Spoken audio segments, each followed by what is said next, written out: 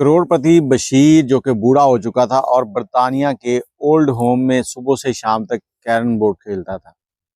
करोड़ों रुपए होने के बावजूद उस पर ऐसा वक्त क्यों आया?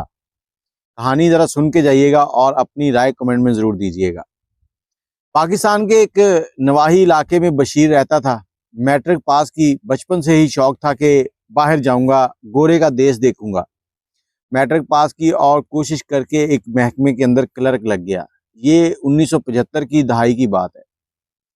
अब उस दौर में इसके गांव के कुछ लोग यूरोप गए हुए थे। जब वहां से आते तो आके बच्चों के अंदर पैसे बांटते, टॉफियां बांटते, और जब वो आते तो उनके पास जो बैग होते थे उनको भी टायर लगे होते थे। बड़ी उसके लिए ये अजीबोगरीब बात होती थी।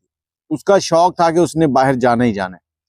अब उसने जब नौकरी शुरू की, उसमें उसने करप्शन शुरू कर दी। करप्शन से मुराद है कि रिश्वत लेनी। बशीर ने इस चीज को जायज समझा और उसने कहा कि रिश्वत मेरा हक है, मैं रिश्वत लूंगा, पैसा जमा करूंगा और यूरोप जाऊंगा, मेरा ये ख्वाब है। और उसने जी जान लगा दिया, हर तरह से कोशिश की वहां जाने की। और इसी दौरान उसकी शादी हो गई। शादी उसकी रुखसाना से हुई।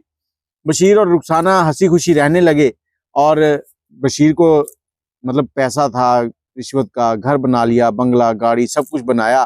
तो किसी ने बेटी भी दे दी कि बेटी भूखी नहीं मरेगी। अब रुखसाना के साथ इसकी ज़िंदगी गुजर रही है। अब इसने रुखसाना को भी अपने ख्वाब सुनाए और रुखसाना को भी इन्हीं ख्वाबों के ऊपर लगा लिया कि हम यूरोप जाएंगे, वहाँ पर जाकर रहेंगे, वहाँ का माहौल देखेंगे, वहाँ की ज़िंदगी गुजारेंगे। और इसी दौरान अल्लाह ताला ने इसको एक बेटा अता किया। और 80 की दहाई के अंदर इस मियाँ बीवी ने 4 बार इन्होंने वीज़ा अप्लाई किया। चारों बार इनका वीज़ा रिजेक्ट हो गया। और इनके पास अपील का ऑप्शन होता था, लेकिन ये अपील में नहीं जाते थे क्योंकि इनके पास जो डॉक्यूमेंट थे वो फेक होते थे। अब वक्त गुजरता गया, बेटा थोड़ा जवान होने लगा। बेटे के ऊपर मेहनत शुरू कर दी। बेटे के साथ वही यूरोप की बातें कि बेटा यूरोप जाएगा, फिर हमें बुलाएगा। बेटे का दिमाग भी बिल्कुल वही बना दिया। बेटा जो था वो अल्लाह ताला ने अच्छा दिया और बेटा समझदार था, पढ़ने में तेज़ था। बेटे ने पढ़ाई मुकम्मल की। पढ़ाई के बाद उसे पढ़ाई के लिए यूरोप भेज दिया। जब बेटा यूरोप चला गया तो बहुत खुश थे कि हमारा बेटा बाहर चला गया है। इलाके के अंदर नाम लगने लगा कि बशीर का बेटा यूरोपी है। अब वहाँ पर उसने तालीम मुकम्मल की। तालीम का आखिरी साल चल रहा था तो इन्होंने कहा कि बेटा वहीं पर शादी कर लो ताकि तुम्हें वहाँ की नेशनैलिटी मिल जाए। तो इनके बेटे ने वहाँ पर शादी की और वहाँ की नेशनैलिटी हासिल कर ली। नेशनैलिटी हासिल करने के बाद इनके बेटे ने माँ बाप के लिए वीज़ा अप्लाई करना शुरू कर दिया। अब जितनी जमा पूंजी ये कमाता रहा बशीर, इसने हर चीज़ कमाने के पीछे एक ही नज़रिया रखा कि इसने यूरोप जाना है। इसकी एक हिर्स थी यूरोप जाना। बेटे ने वहाँ पर जाकर वीज़ा अप्लाई किया और खुशकिस्मती से इनका वीज़ा जो है वो ओके हो गया। मियाँ बीवी का वीज़ा ओके हो गया। और बेटे ने कहा कि ये दिसंबर चल रहा है, आजकल यहाँ पर सर्दी बहुत ज़्यादा है, आपने क्या करना है कि 3 महीने छोड़कर आगे की टिकटें लें ताकि आप जब आएँ तो यहाँ पर मौसम ठीक हो, आपको घूमने फिरने में कोई परेशानी ना हो।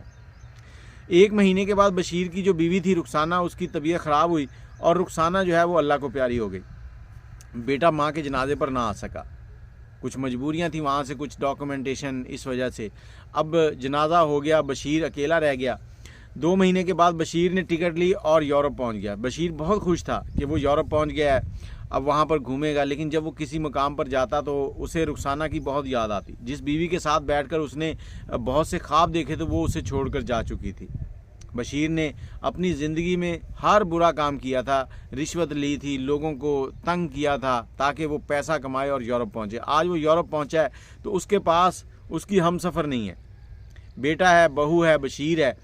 और मैं आपको बताता चलूँ कि जब बेटे ने शादी की थी उसके बाद इनकी बहू जो थी वो पाकिस्तान आई थी। पाकिस्तान आई और यहाँ पर तकरीबन 15 दिन रह के गई थी। इन 15 दिनों के अंदर बशीर की और उसकी बीवी की, इनकी बहू के साथ कुछ अच्छी अंडरस्टैंडिंग नहीं हो सकी। इनके साथ ख्यालात नहीं मैच हो सके और उसके बाद वो वापस चली गई थी। बशीर यही समझा कि जब वक्त गुजरेगा, आपस में बातचीत होगी, कम्युनिकेशन होगी तो ये समझ जाएगी, हम इसे समझ जाएंगे। लेकिन जब बशीर वहाँ पहुँचा तो अब बशीर के पास करोड़ों रुपए की जायदाद है, बेटा वहाँ का नेशनैलिटी होल्डर है, बाप भी वहाँ पहुँच गया और दरमियान में कुछ ऐसा मौका आया कि बशीर को भी वहाँ की नेशनैलिटी मिल गई। जब इसे नेशनैलिटी मिल गई, बशीर जो है वो सुबह के टाइम पे ओल्ड एज होम आता है और वहाँ पर आकर शाम तक रुकता है और शाम को वहाँ से चला जाता है। अब बशीर से पूछा गया कि आप ओल्ड एज होम में क्या करते हैं? यहाँ पर तो वो लोग आते हैं जिनके पास घर नहीं होता, आपके पास तो घर है, गाड़ी है, बंगला है, पैसा है, सब कुछ है। तो बशीर की आंखों में आंसू थे और साथ ही वो बता रहा था कि मेरे पास सब कुछ होते हुए भी कुछ नहीं है।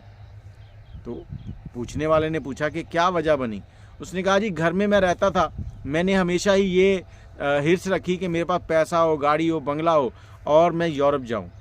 آج جب میں یہاں پہنچ چکا ہوں, یہاں کی نیشنلٹی بھی مل چکی ہے, میرا بیٹا بھی یہاں کا نیشنلٹی ہولڈر ہے, ایک انجینئر بن چکا ہے, اچھی تنخواہ کماتا ہے, تو اسی وقت میری جو بہو ہے اس نے میرے بیٹے سے کہا کہ آپ کے جو والد ہیں ان کی آنکھوں میں ہرس ہے, ان کی گندی نظریں ہیں میرے لیے.